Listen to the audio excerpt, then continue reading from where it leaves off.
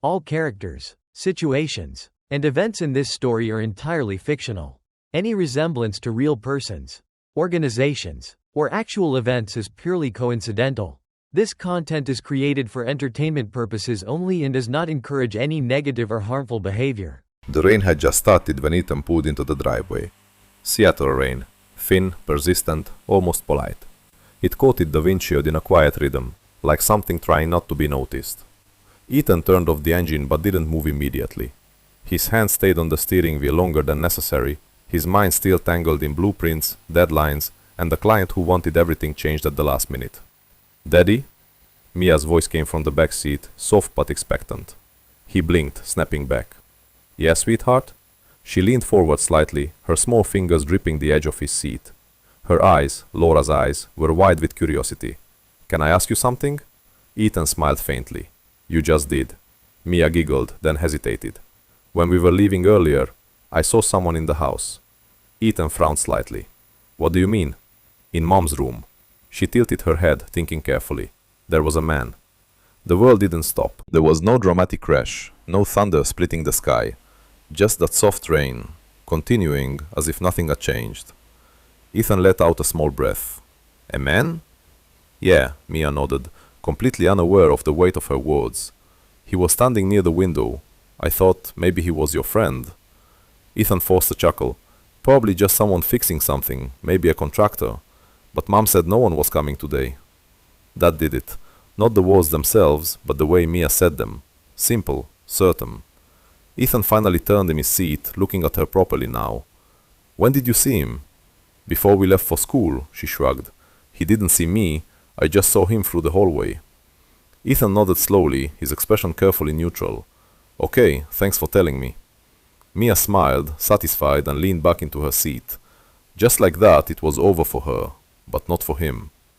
Inside the house, everything looked exactly the same. The living room was spotless, Laura's touch evident in every detail. The throw pillows were arranged just right, the scent of lavender faint in the air.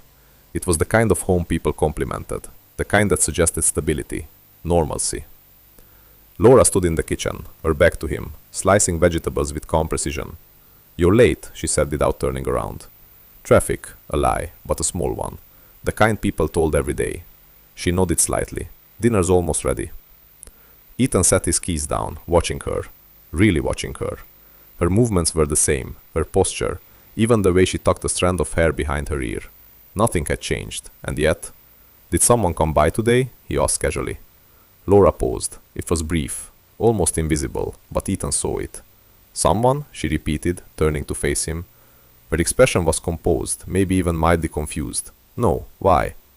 He shrugged, walking past her toward the sink. "Thought I heard something from the neighbor earlier. Maybe I got it mixed up." Laura studied him for a second longer than necessary. Then she smiled. "Probably." Dinner was quiet. Not unusually quiet, but just enough for Ethan to notice. Mia talked about school, about a drawing she made, about how her teacher said she was very creative. Laura listened, smiling, responding at the right moments. Ethan nodded along. Everything looked perfect, but now it felt staged, like watching a play where he had suddenly forgotten his lines. Later that night, Ethan stood outside their bedroom door. It was slightly open. Inside, Laura was sitting on the bed, scrolling through her phone. The soft glow illuminated her face, casting shadows that made her look different, distant. "Long day?" she asked without looking up. "Yeah." He stepped inside slowly. His eyes moved around the room. Nothing out of place, nothing missing, nothing added. Just their room, their life, their marriage. "Ethan?" Laura glanced up now. "You okay?" He met her gaze. For a moment, he almost asked, who was he? Was he here? Was Mia telling the truth? But the words didn't come. Instead, he smiled. "Just tired." Laura nodded, returning to her phone. And Ethan realized something unsettling. It wasn't the possibility of betrayal that scared him most. It was how easily everything still looked normal. That night he couldn't sleep. Beside him, Laura's breathing was steady, peaceful. Ethan stared at the ceiling, Mia's voice echoing in his mind. "Dad, who is that man in Mom's room?" A simple question, but it had already begun to unravel everything. The first thing Ethan noticed wasn't what Laura did. It was what she stopped doing. She no longer waited up for him. It wasn't immediate, not something you could point to on a calendar and say, this is when it changed. It was gradual, so subtle it almost felt imagined. Weeks ago, she used to sit on the couch when he worked late, a blanket draped over her legs, half watching a show while checking the time every few minutes. Sometimes she would fall asleep there, the television still blowing softly, waiting. Now, the couch was empty when he came home. The TV was off. The house was quiet in a way that felt deliberate. "Laura?" he called out one evening, loosening his tie as he stepped inside. Upstairs, her voice floated down, distant. He paused at the bottom of the stairs. There was something about that word, upstairs, that lingered. Not in the bedroom, not getting ready for bed, just upstairs. Ethan climbed slowly, each step quieter than the last. The hallway light was dim, casting long shadows along the walls. Their bedroom door was closed this time. Closed. He stood there for a second longer than necessary before knocking lightly. "Yeah?" Her voice sounded normal. Too normal. He opened the door. Laura was sitting on the bed, her phone in hand. She looked up quickly, too quickly, and locked the screen. A small motion, barely noticeable, but Ethan saw it. "Hey," she said, offering a smile. "You're home?" "Yeah." He stepped inside, setting his back down. "What are you doing?" "Nothing," she shrugged, placing the phone beside her. "Just scrolling." He nodded slowly. Nothing, the most dangerous word in a marriage. Over the next few days, the pattern repeated. Small things, almost insignificant on their own, but together they formed something heavier. Laura started taking longer showers. At first, Ethan told himself it didn't mean anything. People needed time to unwind. But it wasn't just the time, it was the timing. Late at night, sometimes after midnight, the water running while the rest of the house slept. And always her phone went with her. "Since when do you take your phone into the shower?" he asked one night, leaning casually against the bathroom door frame. Laura didn't turn around. "Since always?" "No, you don't," she laughed lightly. "Okay, maybe not always. I just don't want to miss anything." "Like what?" She glanced at him in the mirror. For a split second, something flickered. Then it was gone. "Just stuff," she said. "Group chats, you know how it is." Ethan didn't respond, because he didn't know how it was. Not anymore. Then there were the messages. They came late, later than normal. Ethan would feel the mattress shift slightly as Laura turned her back to him. The faint glow of her screen would light up the darkness, casting soft shadows against the wall. Tap, pause. Tap, tap. Sometimes she smiled. Not a big smile, just a small one. Private, like it belonged to someone else. "Who are you texting?" he asked quietly one night. Laura didn't turn around. "Emily." "At 1 in the morning?" "She can't sleep." Ethan stared at the back of her head. "Since when do you and Emily talk this much?" Laura shifted slightly. "Since when do you keep track?" That landed harder than it should have. Ethan exhaled slowly. "I'm not keeping track. I just noticed." "Then maybe don't overthink it." Overthink. Another dangerous word. The absences came next. "Hey, I'm going out for a bit," Laura said one afternoon, grabbing her keys. "Where?" "Just errands." "What kind of errands?" She hesitated, just for a second. "Groceries. Maybe stop by the gym." Ethan glanced at the clock. "It's 7 p.m. "So?" "So grocery stores close in an hour." Laura rolled her eyes. "Then I'll go to the gym first." "And groceries after?" "Yes, Ethan." Her tone sharpened slightly. "Is that okay?" He had her gaze for a moment, then nodded. "Of course." She came home 3 hours later. No groceries. "I forgot," she said simply, slipping off her shoes. Ethan watched her walk past him. "You forgot? The entire reason you left?" "I said I went to the gym first." "And?" "I got tired." That was it. No apology, no explanation, just a quiet expectation that he would accept it. And he did. Not because he believed her, but because he didn't know how not to. It was happening slowly. That was the worst part. If Laura had screamed, or confessed, or slammed doors, it would have been easier, clearer, painful but defined. Instead, it was this quiet erosion, like watching a crack spread across glass. You don't hear it at first, but you know it's there, and you know it won't stop. A week later, Ethan found something he wasn't supposed to see. It wasn't intentional, at least that's what he told himself. Laura had left her phone on the kitchen counter while she stepped outside to take a call. It buzzed once, then again. Ethan stood across the room, staring at it. He shouldn't. He knew he shouldn't, but something inside him had already crossed that line days ago. Slowly, he walked over. The screen lit up. Ryan, miss you already. Ethan didn't breathe. Another message appeared. Ryan, next time, don't rush out. We had more time. The words blurred for a second, not because he didn't understand them, but because he understood them too well. Ethan? Laura's voice came from behind him. He didn't turn around immediately. His eyes stayed on the screen, on the name, on the words, on the truth he hadn't been ready to see. Why are you holding my phone? Her voice was different now. Not soft, not warm, sharp, careful. Ethan finally turned. Their eyes met, and in that moment something shifted. Not loudly, not dramatically, but permanently. Who's Ryan? He asked. Silence. Laura didn't answer right away. She just looked at him, and for the first time since this began, she didn't pretend. The name didn't leave Ethan's mind. It settled there. Quiet, heavy, undeniable. Ryan. Not a stranger anymore. Not an abstract fear. A person. A presence. A fracture with a name. Laura didn't answer him that night. Not really. Just someone from the gym, she said after a long pause, her voice measured, controlled. Someone who misses you? Ethan asked. She exhaled, annoyed more than guilty. You're overreacting. Overreacting. Again. That word now felt like a wall, one she used to keep him out. Ethan didn't push further, not because he believed her, but because something inside him had shifted from needing answers to needing proof.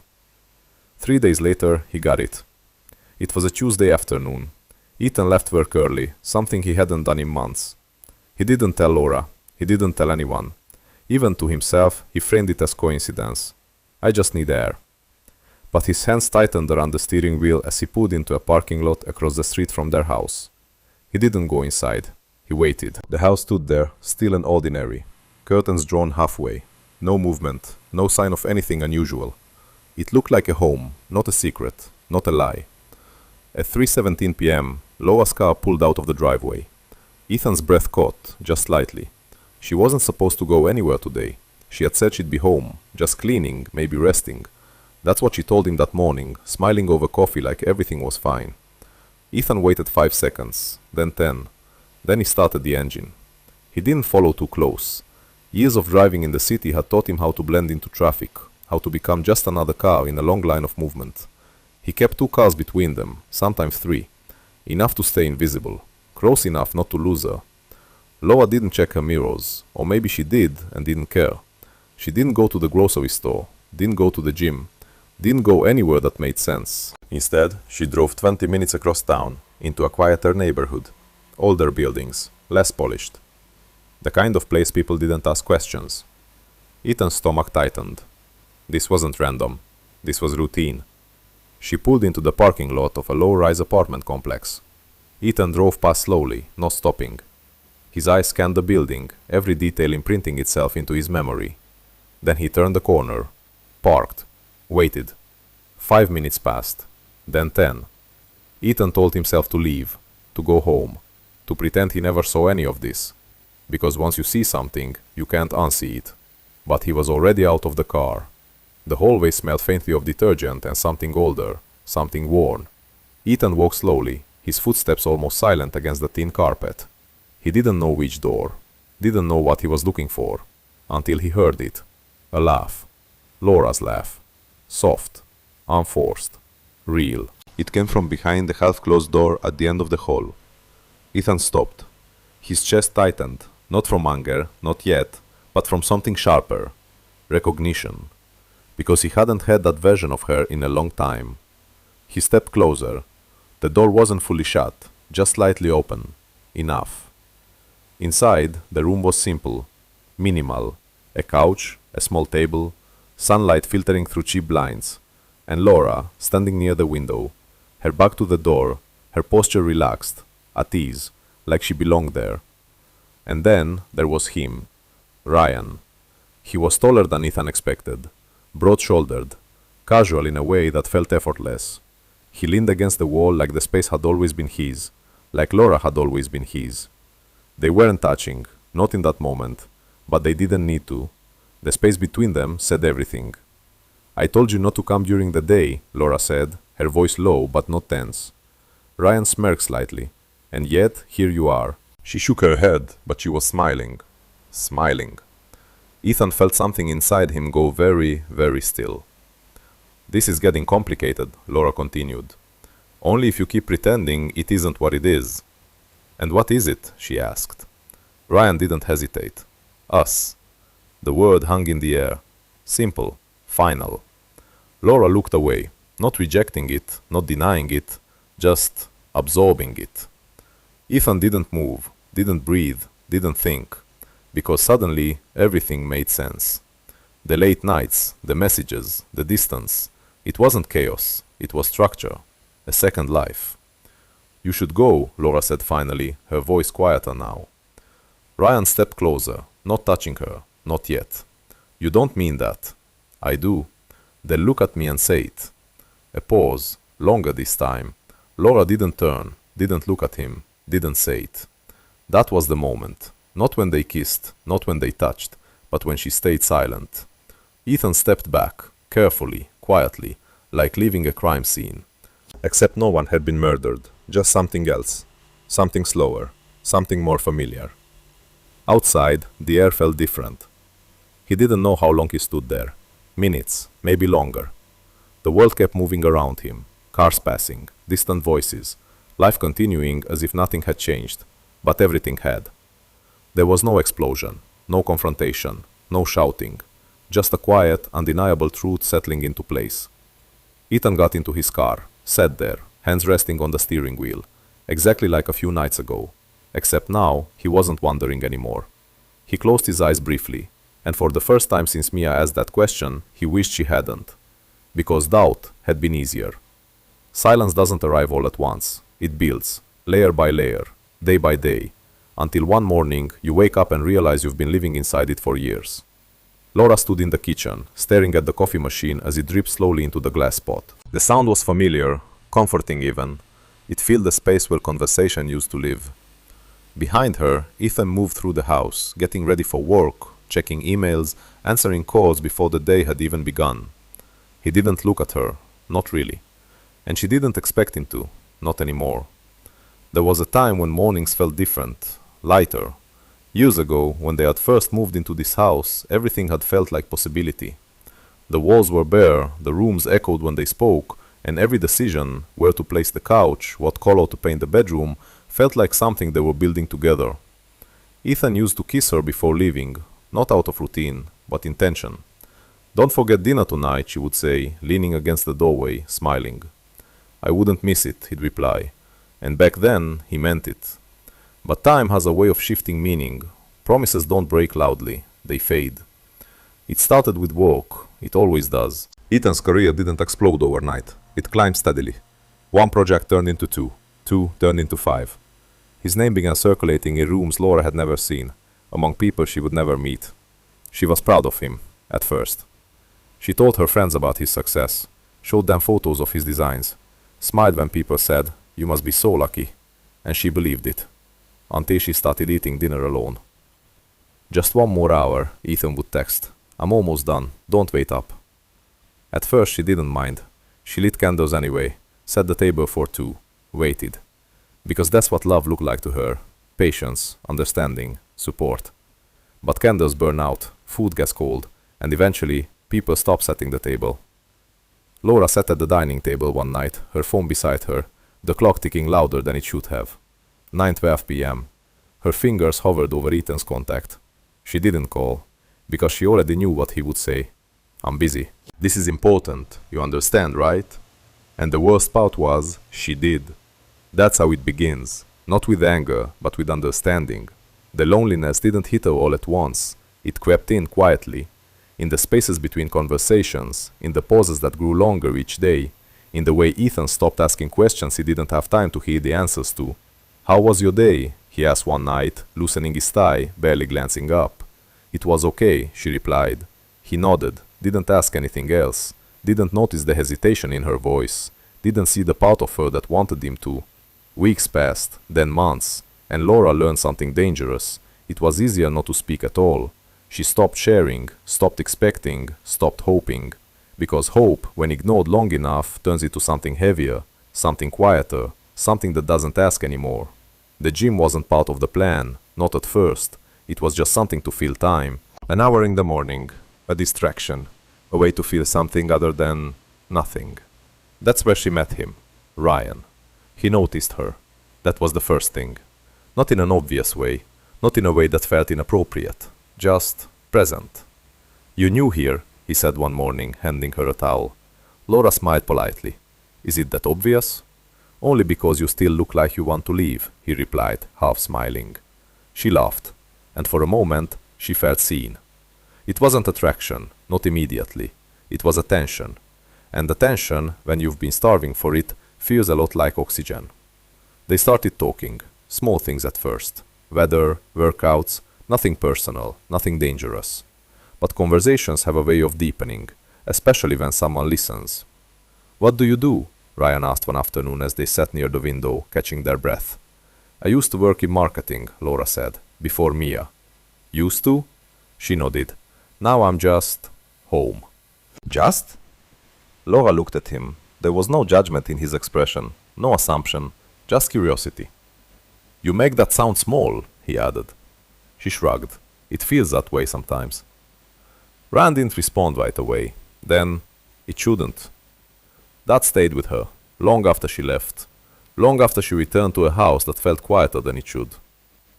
Ethan didn't notice the change, not when she started going to the gym more often, not when she came home a little later each time, not when she smiled at her phone, because by then they had both become experts at silence.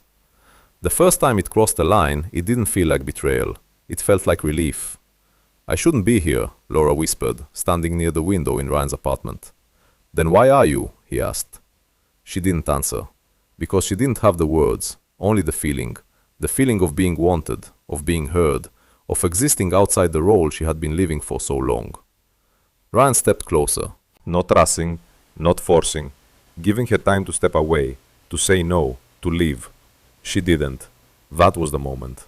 Not a touch, not a kiss, but the choice not to stop it. Back in the present, Laura stood in the kitchen, her coffee long forgotten. Upstairs, Ethan moved through their bedroom. Quiet, distant, changed. She knew he knew. Not everything, but enough. She saw it in the way he looked at her now. Careful, measured, like he was observing something fragile, or already broken. Laura closed her eyes briefly, because the truth was, this hadn't started with Ryan. It had started long before that, in the quiet, in the absence, in the space between two people who stopped reaching for each other. And now, there was no easy way back. There are moments in life when everything narrows, not into chaos, but into clarity. Ethan didn't confront her immediately. He waited. Not because he was unsure, but because he needed to understand what remained of himself before he spoke. Anger would have been easier. Anger burns fast, loud, destructive. But what he felt now wasn't fire. It was something colder, something that didn't rush. 3 days after the apartment, after Ryan, after the truth settled into his bones, Ethan came home early. Again. Laura was in the living room this time, not upstairs, not hidden behind a closed door. She sat on the couch, a book open in her lap, though her eyes weren't moving across the page. She looked up when he walked in. There it was again, that pause, that almost invisible shift. "You're home early," she said. "Yeah." He closed the door quietly behind him. No rush, no noise, just the soft click of something ending. For a moment, neither of them spoke. The house felt different now, not tense, not explosive, just aware. Like every object in the room knew what was about to happen. Ethan took off his jacket slowly, placing it over the back of a chair. His movements were deliberate, controlled. Laura watched him, waiting. "We should talk," he said finally. Not loud, not aggressive, just certain. Laura closed the book, carefully, like it mattered. "About what?" He looked at her. Really looked this time, and for the first time in years, there was no softness in his gaze. "I followed you." The words didn't echo. They didn't need to. They landed exactly where they were meant to. Laura didn't react immediately. No shock, no denial, just stillness. Okay, she said quietly. Ethan let out a small breath. Not relief, no disappointment, just acknowledgement. You didn't even ask where, he said. I don't need to. Silence settled between them again.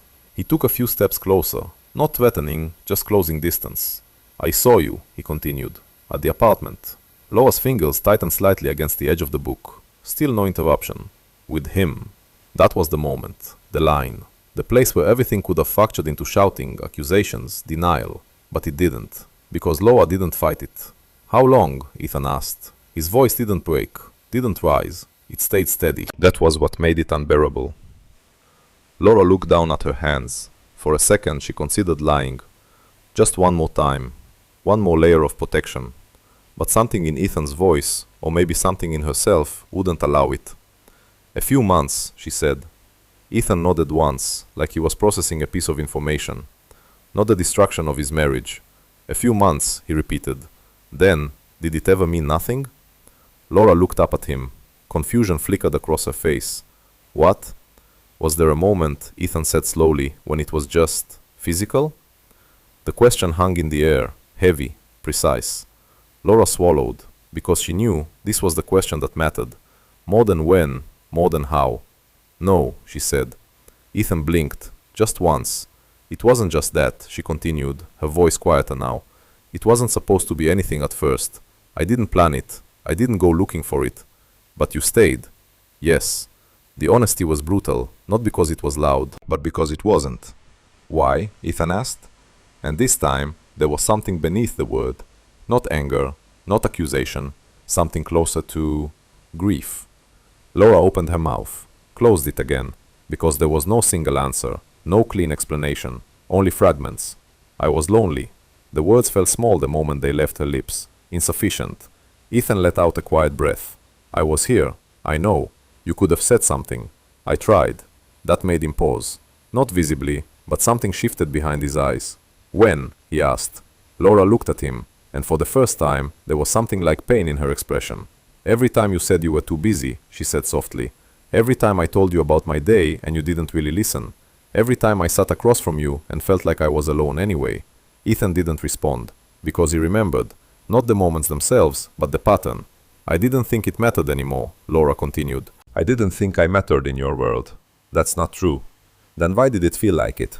The question didn't sound like an attack. It sounded like something else, something older, something that had been waiting a long time to be asked. Ethan looked away for the first time, just briefly, because he didn't have an answer that would fix anything. So you found someone else, he said. I didn't mean to. But you did. Yes. The room felt smaller now, like the walls had inched closer. Ethan nodded slowly, then asked the one question he hadn't planned to ask. Do you love him? Laura froze, not because she didn't expect it, but because she had, and she didn't know how to answer it without breaking something permanently. I don't know, she said finally. That was worse than yes, worse than no. Ethan let out a breath that almost sounded like a laugh, but it wasn't. You don't know, he repeated. It's not simple, she said quickly. It is. No, it's not. Laura's voice cracked slightly now. You think this is just about him? It's not. It's about everything that was missing before he ever showed up. Ethan looked at her, and for the first time, there was something raw in his expression. So this is my fault? I didn't say that. You didn't have to. Silence. Again. But this time, it wasn't quiet. It was heavy. Pressing. I never stopped loving you, Laura said suddenly. Ethan closed his eyes briefly. Because that might have been the cruelest thing she'd said yet. Then why does it feel like you did? He asked. Laura didn't answer. Because she didn't know how to explain something even she didn't fully understand. Ethan nodded slowly. Not in agreement, in acceptance. Okay, he said. Just one word. But it carried something final inside it. Laura felt it. The shift. The distance. The moment something closed between them. What does that mean? She asked quietly. Ethan looked at her, and for the first time since this began, there was no confusion in his eyes, no doubt, no hesitation. It means, I understand now, he said. And? Ethan held her gaze, long enough for the silence to settle into something irreversible. And I don't think that's something we can come back from. Laura's breath caught, because she knew he wasn't threatening, he wasn't reacting, He had already decided. Children notice everything, not the facts, not the details adults think matter, but the spaces in between. Mia didn't understand what was happening. She only knew something had changed. It started with the silence, not the quiet kind she was used to, the soft, comfortable quiet of evenings when her parents read or watched TV together. This was different. This silence had edges, sharp ones. Mom? Laura looked up from the sink, her hands still submerged in soapy water. Yes, sweetie? Why don't you and Dad talk anymore? The question was simple, too simple. Laura forced a small smile. We do talk. Mia frowned slightly. Not like before. Laura didn't answer. Because children don't need explanations. They recognize absence instinctively. That night at dinner, the three of them sat at the table like always. Same plates, same chairs, same routine. But something was missing. Mia talked about school again, about a group project, about a boy who kept borrowing her crayons without asking. Her voice filled the space eagerly, trying to connect something that no longer aligned. Laura nodded at the right moments. Ethan listened, but neither of them truly engaged. Dad? Mia said, tilting her head. You're not listening. Ethan blinked. Caught. I am, he said gently. Sorry, sweetheart. Tell me again. Mia hesitated, then shook her head. It's okay. It wasn't. Later that evening, Mia sat on the stairs, hugging her knees to her chest. From there she could hear them, her parents, their voices low, careful, like they didn't want to be heard. You can't just pretend everything's fine, Laura said. I'm not pretending, Ethan replied. Then what are you doing? A pause, long enough for Mia to hold her breath. Thinking. That's it? Laura's voice tightened. You're just... thinking? What do you want me to do, Laura? Yell? Break things? Would that make this easier for you? Mia flinched slightly, not at the words, at the tone. I want you to say something, Laura said, quieter now. Anything. I already did. That wasn't enough. Ethan exhaled slowly. You said it wasn't just physical. Laura didn't respond.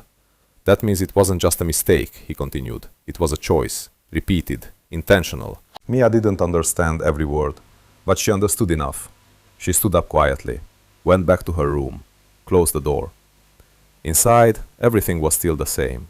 Her toys, her books, the drawing she made last week still taped to the wall. A picture of the three of them, smiling, happy. Mia stared at it for a long time. Then slowly, she took it down. The next morning, the house felt colder. Not physically, emotionally. Ethan left early, earlier than usual. No breakfast, no goodbye kiss. Laura noticed. Of course she did. But she didn't stop him. Dad didn't say bye, Mia said quietly, sitting at the table. Laura forced a smile. He was in a rush. He's always in a rush. The words landed heavier than Mia intended. Laura looked down at her coffee, because she didn't have an answer that wouldn't sound like an excuse. Is he mad at you? Mia asked. Laura froze. Why would you think that? She asked carefully. Mia shrugged. Because he doesn't look at you anymore. Children notice everything. That afternoon, Laura sat alone in the living room. Her phone rested beside her, silent. Ryan had texted earlier. Are you okay? She hadn't replied. For the first time since this began, she didn't want to. Upstairs, the bedroom door was open, wide. Nothing hidden, nothing secret. And yet, everything felt exposed. That evening, Ethan came home later than usual. Mia ran to him immediately. Daddy! He smiled, genuinely this time. Kneeling down, pulling her into a hug. Hey, kiddo. For a moment, everything felt normal again. I missed you, she said. I missed you too. Laura watched from a distance. Something twisted in her chest. Because that version of Ethan, the warm one, the present one, still existed. Just not for her. Dinner was quieter than the night before, if that was even possible. Mia didn't talk as much. Ethan didn't ask questions. Laura didn't try to fill the gaps. Three people, sitting together, but not really together. Halfway through the meal, Mia put her fork down. Are you guys getting a divorce? The question landed like a stone in still water. Laura's breath caught. Why would you ask that? Mia looked between them, her small face serious, too serious. Because that's what happened to Emma's parents, she said. They stopped talking, and then her dad left. Ethan closed his eyes briefly, just for a second. No one's leaving, Laura said quickly. too quickly. Mia looked at Ethan, waiting. He opened his eyes, met her gaze, and for a moment he didn't know what to say, because the truth was no longer something he could protect her from. "Hey," he said gently, reaching for her hand. "You don't have to worry about that right now, okay? Right now." Mia nodded slowly, but she didn't look convinced. That night she didn't sleep. She lay in bed, staring at the ceiling, listening, waiting, but the house stayed quiet. No arguments, no shouting, no door slamming, just silence. And somehow that was worse. Across the hall, Ethan sat on the edge of the bed. Laura stood near the window. Neither of them spoke, because there was nothing left to say that wouldn't break something even further. And in the next room, their daughter lay awake, learning far too early that silence can be the loudest sound of all. There's a moment, quiet, almost invisible, when something stops being worth saving. Not because it wasn't important, but because it no longer exists in the way you need it to. Ethan didn't arrive at that moment with anger. He arrived with exhaustion. It had been 2 weeks since the confrontation. 2 weeks of careful conversations, measured words, avoided eye contact. Nothing exploded, nothing resolved. They moved around each other like strangers, sharing a space neither of them wanted to leave first. "Are you going to be home tonight?" Laura asked one morning, standing by the kitchen counter. Ethan grabbed his keys. "I don't know." "You don't know, or you don't want to say?" He paused. Then, "I don't know." It wasn't entirely a lie, but it wasn't honest either, because the truth was, he had started staying away on purpose. Longer hours at work, drives that didn't have destinations, silence that felt easier outside the house than inside it, and Laura felt it, every second of it. She stood in the empty kitchen after he left, her chest tightening with something unfamiliar, not guilt, not exactly, something closer to panic, because for the first time, she wasn't sure she still had control. Her phone buzzed. "Ryan. Ryan, haven't heard from you. Everything okay?" Laura stared at the message, for a long time. 2 weeks ago, she would have replied immediately. Now, her fingers didn't move, because everything was collapsing at once. That afternoon, she went to see him, not because she wanted to, but because she didn't know what else to do. Ryan's apartment looked the same, unchanged, unaffected. "You disappeared," he said as soon as she walked in. No greeting, no smile. "I've been busy." "With him?" Laura flinched slightly. "I told you, it's complicated." Ryan exhaled sharply, running a hand through his hair. "No, Laura, it's not. You're the one making it complicated. That's not fair." "What's not fair," he said, stepping closer, "is you acting like you can have both." Laura looked at him, because a part of her, a quiet, buried part, knew he was right. "I'm not trying to have both," she said. "Then what are you doing?" She didn't answer, because she didn't have one. Ryan's voice softened slightly. "Do you even know what you want?" Laura opened her mouth, closed it again, because for the first time she wasn't sure. That uncertainty changed something. Ryan saw it, stepped back. "Wow," he said quietly, "you really don't know." "It's not that simple." "It is for me," he replied. "I know what I want." Laura's chest tightened. "And what's that?" "You." The word didn't feel comforting anymore. It felt heavy, demanding. "But not like this," he added. "Not as some secret. Not as something you visit when it's convenient." Laura looked away. "Then maybe you should have thought about that before," she said softly. Ryan stared at her. Something in his expression shifted. Not anger, something colder. "No," he said. "You should have." The silence that followed wasn't familiar. It wasn't intimate. It was distance. That night everything came undone. Ethan came home earlier than expected. The house was dark, quiet. "Mia?" he called out. No answer. He moved through the house quickly now, a flicker of unease rising in his chest. Then he saw the note, on the kitchen counter. "I took Mia to Emily's. She wanted a sleepover. Laura." Ethan frowned slightly. Something about it felt off. Not the words, the timing. His phone buzzed. A message from an unknown number. "You should come get your wife." Ethan's chest tightened. Another message. An address. He didn't think, didn't hesitate. He was already in the car. When Ethan arrived, the door was open. Voices echoed inside. Raised. Sharp. "You don't get to decide now," Laura's voice. "I'm not deciding now, Laura. I've been clear from the start." Ryan. Ethan stepped inside. Neither of them noticed him at first. "You said you loved me," Laura said, her voice breaking. "I do," Ryan replied. But I'm not going to be your second choice. I never said you were. You didn't have to. That's when they saw him, Ethan, standing in the doorway. Everything stopped. Laura's face went pale. Ethan, he didn't look at her, not yet. His eyes were on Ryan. So this was him. Not an idea, not a suspicion. A man, real, standing in front of him. For a moment, no one moved. Then Laura stepped forward. You weren't supposed to. Be here? Ethan finished. Her voice faltered. Ryan looked between them, tension sharp in his posture. You should leave, Laura said quickly to Ethan. This isn't what? He asked calmly.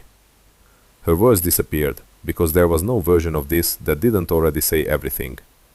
Ethan finally looked at her, and whatever she saw in his eyes, it broke something. Not anger, not rage, absence. I'm done, he said. 2 words. Simple. Final. Laura shook her head immediately. No, you don't mean that. I do. You can't just, after everything. After everything? Ethan repeated quietly. He took a step closer. I watched you choose someone else, he said. I listened to you tell me it wasn't just physical. I stood in our house while our daughter asked me why we don't talk anymore. Laura's eyes filled with tears. And you think this is sudden? He asked. She couldn't answer, because it wasn't. It had been happening for a long time. I didn't want to lose you, she whispered. Ethan nodded slowly. But you did. Silence. Heavy. Unavoidable. Ryan didn't speak, didn't interfere, because this wasn't his moment anymore. Laura reached for Ethan. He stepped back, and that, more than anything, taught her the truth. There was no space left to close, no distance left to cross. She had tried to hold on to both words, and now she had neither. Ethan turned, walked toward the door. Ethan, please, Laura's voice cracked behind him. He stopped, just for a second, not turning around. I hope he was worth it, he said quietly. Then he left, and this time he didn't come back. Some endings are loud. Doors slam, voices break, things shatter. This wasn't one of them. Ethan left quietly. The house didn't change overnight. The furniture stayed where it was. The photos still lined the walls. The faint scent of lavender lingered in the air like it always had. But something essential, something invisible, was gone. Laura felt it immediately. Not in the way you feel pain, but in the way you notice absence. The first night alone, she didn't sleep. She lay on one side of the bed, staring at the empty space beside her, Ethan's side, still untouched. She didn't cry, not yet, because the reality hadn't fully settled. It came in pieces. The next morning, Mia asked the question Laura had been dreading. Where's Dad? Laura stood in the kitchen, her hands wrapped around the mug she hadn't sipped from. He's staying somewhere else for a while. Mia frowned. Why? There it was. The question no one could answer in a way that didn't break something. Laura forced a small smile. Sometimes adults need space. Mia looked at her for a long moment, longer than a child should. Did you do something wrong? The words hit harder than anything Ethan had said. Laura's breath caught. She stopped, because lying felt impossible now. I made a mistake, she said softly. Mia didn't respond right away. She just nodded slowly, as if she understood more than she should. Okay, she said quietly. But it wasn't okay. Days turned into weeks. Ethan didn't come back. Not to stay. He picked Mia up on weekends, returned the Sunday nights. Always on time, always calm, always distant. Did you have fun? Laura asked one Sunday as Mia took off her shoes. Mia nodded. Yeah, Dad took me to the park, and we got ice cream. Laura smiled faintly. That sounds nice. Mia hesitated. Then he laughs more now. Laura's chest tightened. Not because she was surprised, but because she wasn't. Ethan had changed, but dramatically. Not in ways other people would notice. But the weight he carried before, the quiet exhaustion, was gone. In its place was something else. Not happiness, not exactly. Clarity. He moved into a small apartment across the city. Minimal, clean, no shared memories, no echoes, just space. At night, he sometimes sat by the window, looking out at the city lights, thinking, not about Ryan, not about the betrayal, but about the moments before it, the ones he missed, the ones he dismissed. Regret didn't come in the form of what she did, it came in the form of what he didn't see. Back in the house, Laura lived with something heavier, not loneliness, consequence. Ryan was gone, not dramatically, not with a fight, just a quiet message one morning. Ryan, I meant what I said, I won't be second to anyone. Take care, Laura. That was it. No calls, no explanations, just absence. The same kind she had once felt, now returned in a different form. The house was too quiet now. Every room echoed. Every object felt like a reminder. The dining table where they used to sit. The couch where Ethan once waited for her. The bedroom that no longer felt like a place of rest. Laura tried to fill the silence. With music, with television, with anything. But nothing stayed. Because the silence wasn't in the house. It was in her. One afternoon, Mia sat at the table, drawing. Laura watched her from across the room. "What are you drawing?" she asked softly. Mia didn't look up. Nothing. Laura stood, walking over slowly. She glanced down at the paper. It was a picture of three people. A man, a woman, a little girl. But there was a line, drawn right down the middle, separating them. Laura's throat tightened. "Mia," she whispered. Mia finally looked up. "Is this us?" Laura asked. Mia nodded. "Why is there a line?" Mia shrugged. "Because we don't live together anymore. Simple. Honest." Laura knelt beside her. "I'm sorry," she said. Mia looked at her. "For what?" "Everything." But Laura didn't say that, because some things can't be explained to a child. "I'm just sorry," she repeated. Mia studied her for a moment, then nodded. "Okay," and just like that, she went back to drawing. Because children learn to accept things long before they understand them. That night, Laura stood in the doorway of the bedroom, the same room where everything had started to unravel. The same room Mia had once pointed to without knowing what she was seeing. Laura stepped inside slowly, sat on the edge of the bed. For the first time, she allowed herself to feel it fully. Not the affair, not Ryan, but the loss of something she hadn't protected, something she hadn't fought for until it was already gone.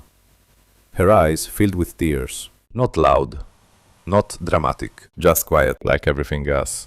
Across the city, Ethan turned off the lights in his apartment, sat in the dark for a moment, then reached for his phone, scrolled, paused, a photo of Mia, smiling. He stared at it, and for a moment his expression softened, because despite everything, something still remained. Not the marriage, not the illusion, but her, and maybe that was enough to begin again. Some stories don't end with forgiveness. Some don't end with reconciliation. They end with understanding, with distance, with the quiet acceptance that certain things, once broken, do not return to what they were. But they leave something behind. A lesson, a scar, a reminder of what love was, of what it became, and of what remains after everything else is gone.